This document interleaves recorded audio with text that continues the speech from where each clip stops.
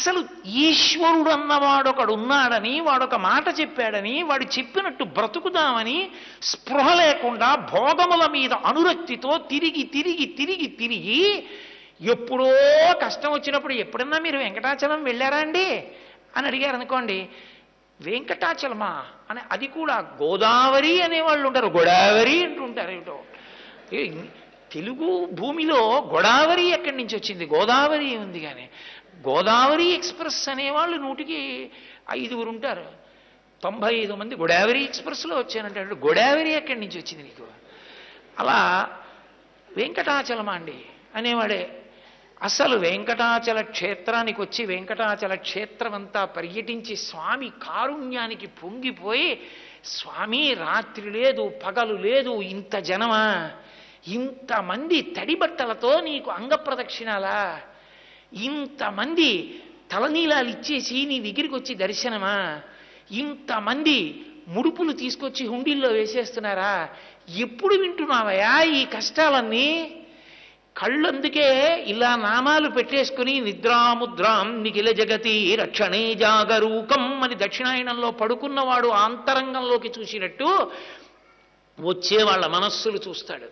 వ్యాసుడు అందుకే ఓ మాట అన్నాడు, వెంకటాచల క్షేత్రంలో వెంకటేశ్వర స్వామి వారి ముఖమండలం బహుప్రసన్నంగా ఉంటుందట. ఒక్కొక్క రోజున ఎంతో సంతోషంగా ఉంటుంది. అర్థం ఏమిటో తెలుసా? కొండ మీదకి ఎవరో ధార్మికులు వచ్చారని గుర్తు. ధర్మమునందు విశేషమైన అనురక్తి ఉన్న వాళ్ళు కొండ మీదకి వచ్చారనుకోండి, ఆ రోజు మురిసిపోతాట. రే ఒక్కడు వచ్చాడరా, వాడు వచ్చాడమ్మా అని వెళ్ళి ఆ తల్లికి ఒకళ్ళమాతకి చెప్పుకుని, పద్మావతి వచ్చాడే బిడ్డడు, వాడు వచ్చాడే అని అలా రా రా రా రా అని మురిసిపోయేవాడిని చూస్తూ ఆనందపడిపోతాట. వాణ్ణి తన దగ్గరికి ఎలా తెచ్చుకోవాలో వాడికి తెలుసు. అంత అమాయకుడు ఏం కాదు, మహానుభావుడు, అంతటి ప్రేమైకమూర్తి, అంతటి కారుణ్యశీలి.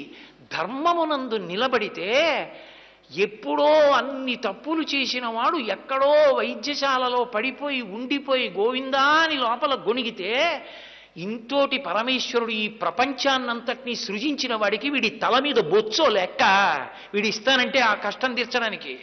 వీడి తల మీద వెంట్రుకల కోసం తీర్చలేదు, వాడు పిలిస్తే పలకపోతే ఏడుస్తాడు, నేనున్నానని ఉపయోగం ఏమిటని తీర్చాడు.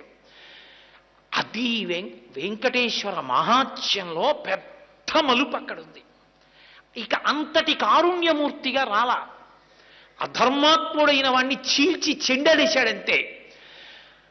గోపరాజు గారు దాశరథి శతకంలో అంటాడు, బండన భీముడు అత్తజన బంధముడు ఉజ్వల బాణతోన కోదండ కళాప్రచండ భుజతాండవ కీర్తికి రామమూర్తికి రెండవ సాటి దైవమిక లేడను చొన్గడ కట్టి భేరికా డండ నిరదంబుల జండము నిండా మత్త వేదండము నిక్కి చాటెదను దశరథి కరుణాపయోనిధి అంటాడు. అధర్మమునందు నిలబడినటువంటి రాక్షసుల్ని 14,000 మందిని కూల్చేశాడంతే గంట పైచిలుకు సమయంలో. అదే ఇక్కడైతే అరే ఎంత పాడైపోతున్నారా, ఎంత పాడైపోతున్నారా అని ఏడుస్తాడు.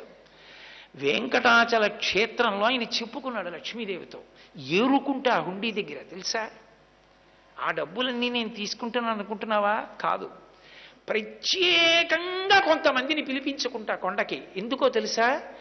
కుబేరుడికి వడ్డీ కట్టడానికి డబ్బు తక్కువ అవుతుంటుంది, నాకు పాకెట్ మనీ ఉండదు, నాకు కావలసిన ద్రవ్యం తగ్గుతుంది కలియుగంలో. అప్పుడు నేను ఈ పాపరూపమైన ధనాన్ని పుచ్చుకోను, ఆ హుండీల్లో డబ్బు నాకు అక్కర్లేదు.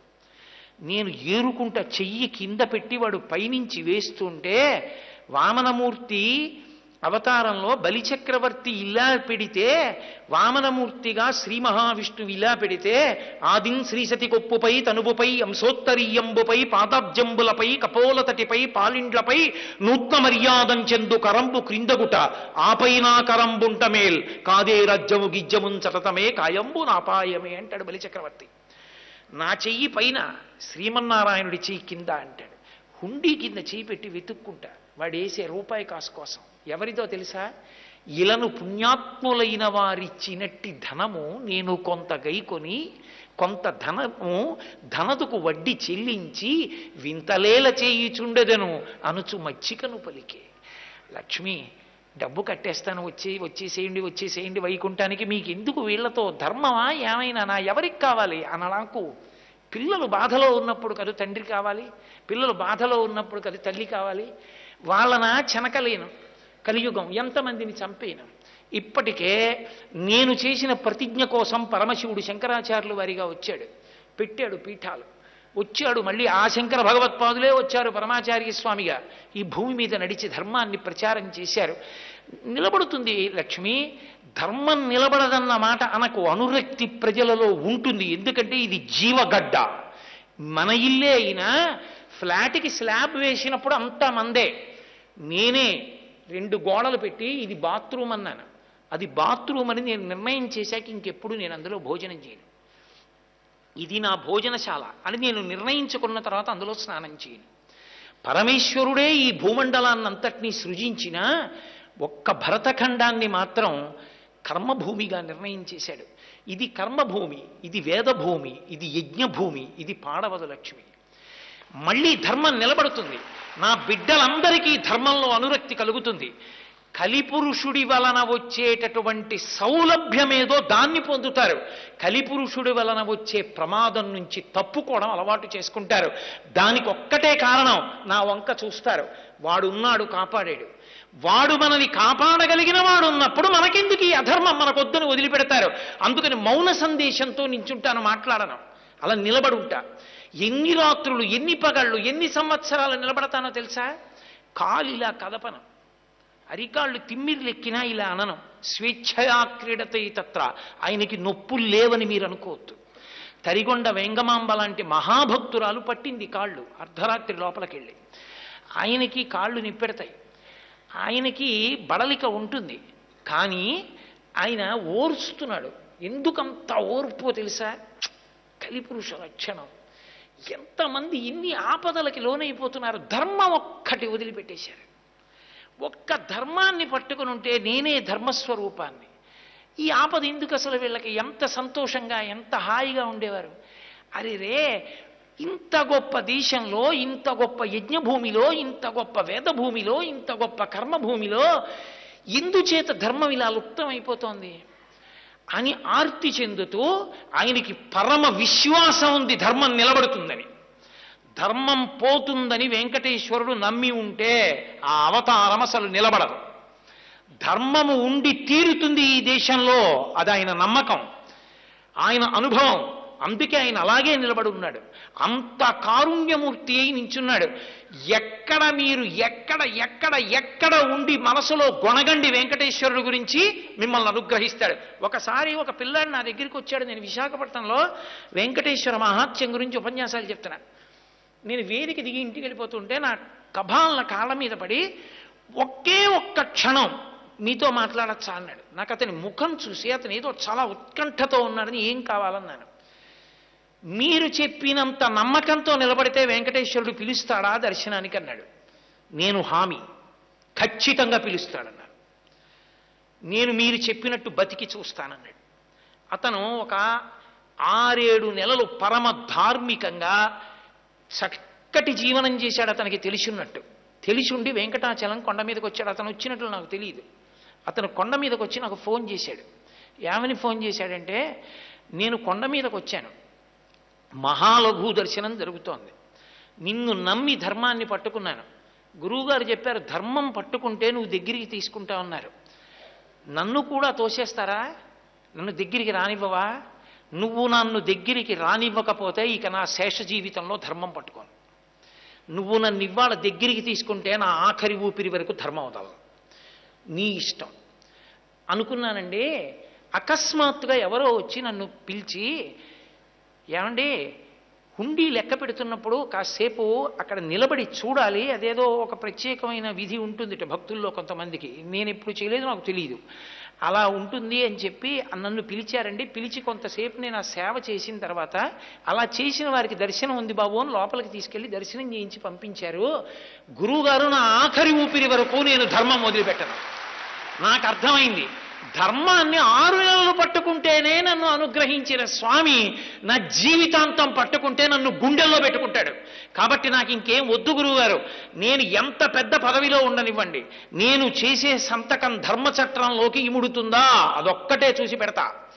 నేను బతికితే ధర్మానికే బతుకుతున్నానా, నేను శరీరం వదిలిపెట్టేస్తుంటే ధర్మానికి వదిలిపెట్టేస్తున్నానా? ఇదే నా జీవితానికి పరీక్ష. ఇక నాకు ఇంకొక మాట లేదు గురువుగారు, నేను ఇలా నిలబడిపోతున్నాను అన్నాడు. నేను మురిసిపోయా. ఇన్ని గంటలో నా శ్వాస ఖర్చు పెట్టా ఉపన్యాసానికి. ఒక్క పిల్లాడికి అందింది. ఒక్క పిల్లాడు ధర్మం మీద అనురక్తి పొందాడు చాలు. వాడు చాలు రేపు పొద్దున్న కొన్ని కోట్ల మందిని లాగుతాడు ధర్మంతో. ఏమో ఈశ్వరుడు ఎందుకు ఏ పని చేయిస్తాడో. ధర్మము అనేటటువంటిది ఈ దేశంలో మరణించదు. ఈ దేశంలో ధర్మం ఎప్పుడూ బట్టకడుతుంది. అటువంటి ధర్మమునందు అనురక్తి ఈశ్వరుడికి. నేను అందుకే మీతో మనవి చేస్తున్నాను, మీరు నన్ను సహృదయంతో అర్థం చేసుకోగలిగితే, మిమ్మల్ని నేను బాధ పెట్టానని మీరు అనుకోకపోతే ఒక విషయం చెప్తా, గుర్తుపట్టండి. మీరు ఎవ్వరూ మనసులో ఖేదపడకూడదు. నేను మీ కుటుంబ సభ్యుడిని అనుకుని మీ ఇంట్లో మీ పినతండ్రినో పెదతండ్రినో చెప్తున్నాను అనుకుని వినండి. నా ఇంట్లోనే నేను కూర్చుని ఉన్నాను అనుకోండి, చాలామంది నన్ను చూడడానికి ఎవరో వస్తూ ఉంటారు, ఏదో కోటేశ్వరారంటే ఒక గౌరవం ఉండి వస్తూ ఉంటారు. నాకు పరమ అసహ్యం అనుకోండి. నా దగ్గరికి వచ్చి నమస్కారాలు చేయడమే తప్ప ఒక్క చిన్న విషయంలో కూడా ధర్మానికి నిలబడిన అతను పాడు చేసేస్తున్నాడు ధర్మాన్ని అని నాకు అనిపించింది అనుకోండి, నేను ఆదరంగా రావయా రా రా రా రా అని దగ్గర కూర్చోబెట్టుకుంటానా? నేనేం చేస్తాను? అక్కడి నుంచి చూడగానే బాగున్నారా, సంతోషం, కొంచెం నేను పనిలో ఉన్నానయ్యా, ఉపన్యాసానికి వెళ్ళిపోవాలి, వేరొకసారి కలుద్దాం అని ఇలాగే అంటాను. అప్పుడు అతను ఏం చేయాలి? అక్కడి నుంచే వెళ్ళిపోవాలి కాదు. నాకు అనురక్తి ఉందనుకోండి, నేనేం చేస్తాను? నేను ఎంత హడావిడిలో ఉన్నా, ఓయ్ ఎంత కాలానికి కనబడ్డావా, రా రా రా రా రా, ఉపన్యాసానికి వెళ్ళిపోతున్నాను, పని చేస్తావా, నిన్ను చూసి చాలా రోజులైంది, నువ్వు కారు ఎక్కువ నాతో, ఉపన్యాసానికి వెళ్ళే వరకు నాతో మాట్లాడుతూ వద్దు కానీ మళ్ళీ అట్నుంచి మాట్లాడుతూ వద్దాం అంటానా అననా? అతను నా పక్కన కూర్చోవడానికి, నా దగ్గరికి రావడానికి కారణం నేను కోరుకున్నట్టు బతుకుతున్నాడు. అతను దూరం నుంచి వెళ్ళిపోవడానికి కారణం నేను కోరుకున్నట్లు బ్రతకట్లేదు. మహాలఘు అతిలఘు ఎందుకు వచ్చాయంటే మనం ఆయన కోరినట్టు బ్రతకట్లేదు, అందుకే దూరం నుంచి వెళ్ళిపోతున్నాం. వెంకటేశ్వరుడికి మనం ఎంత కాలం దూరం నుంచి వెళ్ళిపోతామో అది పరిపాలనా సౌలభ్యమునకు కలికితురాయి కాదు. అది ఇన్ని లక్షల మందికి భక్తులకి దర్శనం చేయించామని చెప్పుకుని సంతోషపడవలసిన విషయం కాదు.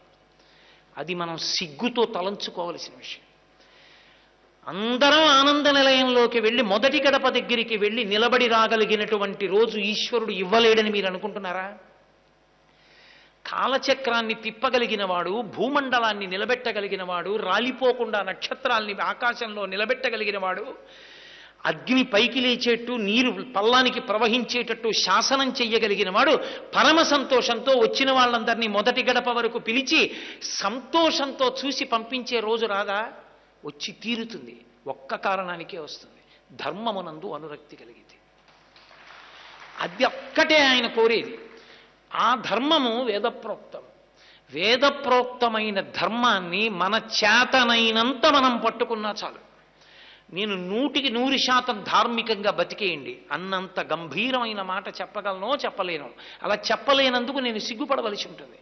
కానీ ధర్మాన్ని పట్టుకున్న రోజున అతిలఘు మహాలఘు దర్శనములుండవు. మీ ప్రమేయం లేకుండా అందరూ, నాతో కొంతమంది అంటుంటారు, గురుగారు 1963లో దర్శనానికి వచ్చినప్పుడు మహాద్వారంలోంచి లోపలికి వెళ్ళిపోయానండి అంటారు. వెళ్ళిపోయి చాలాసేపు కూర్చుని ఎడుతూ ఉండేవాళ్ళం అండి అంటారు. ఎందుకు రాదు ఆ రోజు? వస్తుంది. స్వామి పొంగిపోయాడని గుర్తు ఏమిటంటే, తుఫాను వస్తోందని రాడారు చెప్పినట్టు దేశంలో ధర్మం నిలబడిందని గుర్తు ఏమిటంటే, వెంకటేశ్వర స్వామి వారి క్షేత్రం దానికి అంతటికీ కూడా ప్రతీకగా నిలబడి చూపిస్తుంది. ఆయన పొంగిపోయే రోజు రావాలి, ఆయన సంతోషపడిపోవాలి. గుడిలోకి మనం వెళ్తున్నాము అంటే, మనం గుడిలోకి వెళ్ళినందుకు మనని చూసి ఆయన మురిసిపోతున్నాడా? ఒక తండ్రికి మీరేం పట్టుకెళ్ళారు కాదు, ఒక తండ్రికి మీరు ఎంత డబ్బు ఇచ్చారని కాదు, ఒక తండ్రి మిమ్మల్ని చూసి మురిసిపోతాడా? అదొక్కటే ఉత్తముడైన కొడుకు అనిపించుకోవడానికి కితాబ్. నేను ఎంత పెద్ద అంచు పంచబట్టుకెళ్ళి మా నాన్నగారికి ఇస్తే, ఎక్కడి నుంచి తెచ్చావరా, నీళ్లు జల్లి కట్టుకోవాలా కట్టుకోవచ్చా అని మా నాన్నగారు అడిగారు అనుకోండి, నేను బతికినట్ట చచ్చినట్ట? మా తమ్ముడు తెచ్చిన 2 వేళ్ల అంచు ఉన్న పంచెని సంతోషంగా మా నాన్నగారు పరమేశ్వరుడి పాదాల దగ్గర పెట్టి, ధార్మికుడైన కొడుకునిచ్చావమ్మా అని ఆయన దాన్ని కట్టుకుని, నాన్నగారండి మీకోసమే తెచ్చాను అన్నాక, నేను చూడకుండా కాసి నీళ్లు చల్లి, అమ్మా వాడు సంతకం పెట్టి మాత్రమే జీతం పుచ్చుకునేలా బతికే అవకాశం ఇయ్యమ్మా, వాడికి ఆ బుద్ధి కల్పించమ్మా అని తేళ్ళు జిర్రిలతో ఉన్న దారాలు కట్టుకున్నట్టు ఆయన పంచె కట్టుకున్నారనుకోండి. అప్పుడు నేను పంచె ఇచ్చానని మురిసిపోనా, కొడుకుగా బతకలేకపోయానని ఏడవనా? తండ్రి సంతోషించేటట్టు ప్రవర్తించిన వాడు కొడుకు. పరమేశ్వరుడికి నువ్వు ఎన్ని సేవలు చేశావు, ఎన్ని కిరీటాలు చేయించావు, ఎంత హుండీలో వేశావు ఎవరికి కావాలి? నువ్వు 7 కొండలు ఎక్కుతుంటే, నువ్వు రాజద్వారం దాటుతుంటే, నువ్వు ఆనంద నిలయంలో కెడుతుంటే స్వామి ప్రహృష్టవదనంతో వచ్చాడు రా నా కొడుకు, వాడురా ధర్మమునందు అనురక్తి, వాడికి ప్రాణం రా వేదం అంటే, వాడికి ప్రాణం రా ఋషిప్రోక్తం అంటే, వాడు నమ్మి చెప్పుకున్నాడు, నమ్మి ఆచరిస్తాడు రా అని పరమ సంతోషంతో ఆయన నిన్ను చూడాలి, నువ్వు ఆయన్ని చూడడం కాదు. నువ్వు ఎన్ని మాటలు ఆయన్ని చూస్తే ఎవడికి కావాలి? దర్శనానికి వెళ్ళారండి, వాళ్ళు కొంచెం ఏమరపాటుగా ఉన్నారు, తాడు కింద నుంచి దూరి 2వ మాట దర్శనం చేశాను గురువుగారు అంటాడు. వాడు సిగ్గుపడద్దు, అది చెప్పడానికి సిగ్గుపడాలి. తాడు కింద నుంచి దూరి దర్శనానికి వెళ్ళడం ఏంటి? నువ్వు తాడు కింద నుంచి దూరి దర్శనానికి వెళ్ళడం కాదు, నువ్వు ఎన్ని మాటలు ఈశ్వరుణ్ణి చూసావు కాదు, నిన్ను ఈశ్వరుడు ఎన్ని మాటలు సంతోషంగా చూశాడు.